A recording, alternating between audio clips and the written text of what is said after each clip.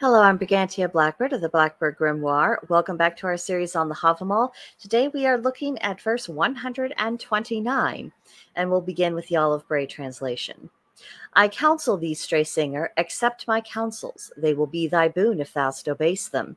They will work thy weal if thou winst them. Wouldst thou win joy of a gentle maiden and lure to whispering of love, thou shalt make fair promise and let it be fast. None will scorn their weal who can win it. And now the second translation from vikingnerd.org. If thou wilt induce a good woman to pleasant converse, thou must promise fair and hold to it. No one turns from good if it can be got. And the final translation from Bellows. With a good woman, if you wish to enjoy her words and her goodwill, pledge her fairly and be faithful to it. Enjoy the good you are given. So court her favor. Odin himself did not have the attitude that any and every woman would be glad to have him, which is one of the reasons why he saw the need for actual courting and why he counseled for that need to court fair lady, because if he has to do that, then guess what that means for the rest of mortal men. And his advice isn't about making demands or acting entitled to her immediate capitulation and acceptance or rage at her if she happened to say no. And the reason for that, of course, is because true affection and love is grown out of kind treatment, respect, gradual emotional advancements, and that paves the way for everything else, including determining the degree to which you may be compatible with one another, as well as, anything more fun. Now, speaking of the fun part, essentially we're talking about heart for the hoo-ha. And I hope you will forgive the crudeness of the expression, but it does describe the traditional dynamic between men and women.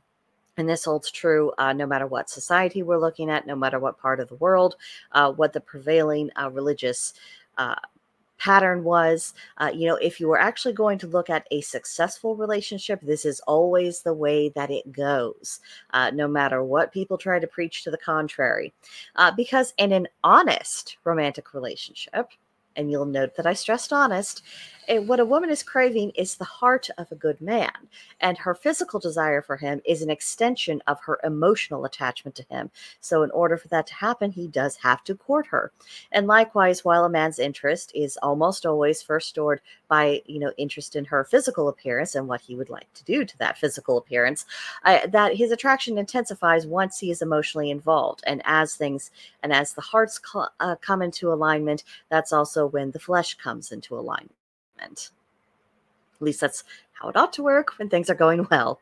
And of course, once you do come together, there's the issue of appreciation, because the danger, of course, is failing to maintain that romantic connection, or taking it for granted, or not treating each other well. You might work quite hard in order to gain someone. Are you willing to continuously work as hard in order to keep them? And of course, that goes both ways. So don't come at me, red pillars. Believe me, this is not an argument you want to have with me. And just so we're clear, appreciating your other half, it isn't about making affectatious public displays to prove your affection, and it is not about spending money to gain affection. It is really the day in, day out pattern of how you treat and relate to one another. It is that everyday kind of relationship, and that it being something good and worth cherishing and protecting. And this requires having a sense of honor on both sides. The love them and leave them, sex is transactional, or I don't want to care mentality, that is really degrading and dishonorable to all parties involved. And I cannot stress that enough. I understand when people are quite young and their hormones are all over the place and they're not very experienced, why their standards for getting involved and getting physical with someone might not be as high. But, once you have a little bit of life experience, the idea of, oh, I'm going to surrender my body to someone who doesn't care anything about me, because maybe they'll be able to please me on the physical level, but then they'll be gone. What is the bloody point of that? And I really want to ask people to contemplate this, because this isn't about what people have the legal right to do, or whether or not people should be allowed to make their own decisions. It really is about what kind of attitudes we are encouraging. One of the things that I often heard said, and what I often read when I first began my pagan studies, was about the sacredness of the sexual relationship. Well, if any old person will do and you don't care and the act doesn't mean anything to you, then, of course, you're not treating it as sacred, and you're not treating that person as sacred, and you are not requiring anyone to treat you sacred. And a romantic relationship that's actually going to endure and that is also sexually fulfilling, that is only going to be possible when people embrace the need to have that emotional attachment and to exhibit honorable behavior as a pattern of life. And how many more examples do we need of the opposite before we accept the opposite approach doesn't work, does not result in people being happy, does not result in stable homes, fulfilling marriages, or in a stable atmosphere in which to bring up children? I mean, for mercy's sake, can we just stop hurting ourselves? And that's really what I have on this one. I could rant and rave for longer, but I think you guys get the gist, and I don't want to overstress the point too much. And in case there are any red pillars who happen to watch this one, so many problems would be settled and that come up in romantic relationships if people conducted themselves like ladies and gentlemen in the sense of good manners, showing honor to one another, showing respect to one another, and being honest with one another. And I don't mean honest in the sense of, I'm not looking for a relationship, but I would still like to go to bed with you. Okay, that's honest, but it's still dishonorable. I'm talking about honest of, the reason why I am pursuing you is because I am very much interested in the bedroom aspect, but I'm also interested in who you are as a person. It's about wanting to come into a relationship with you. That is what I am talking about when I am talking about honesty. And there are arguments that can be made as to the unfairness of the laws and family court and, the actual financial risks that people take, because that isn't a figment of imagination. And of course, a lot of these concerns came up because people got into the habit of acting dishonorably. Everything really does come back to honor with this.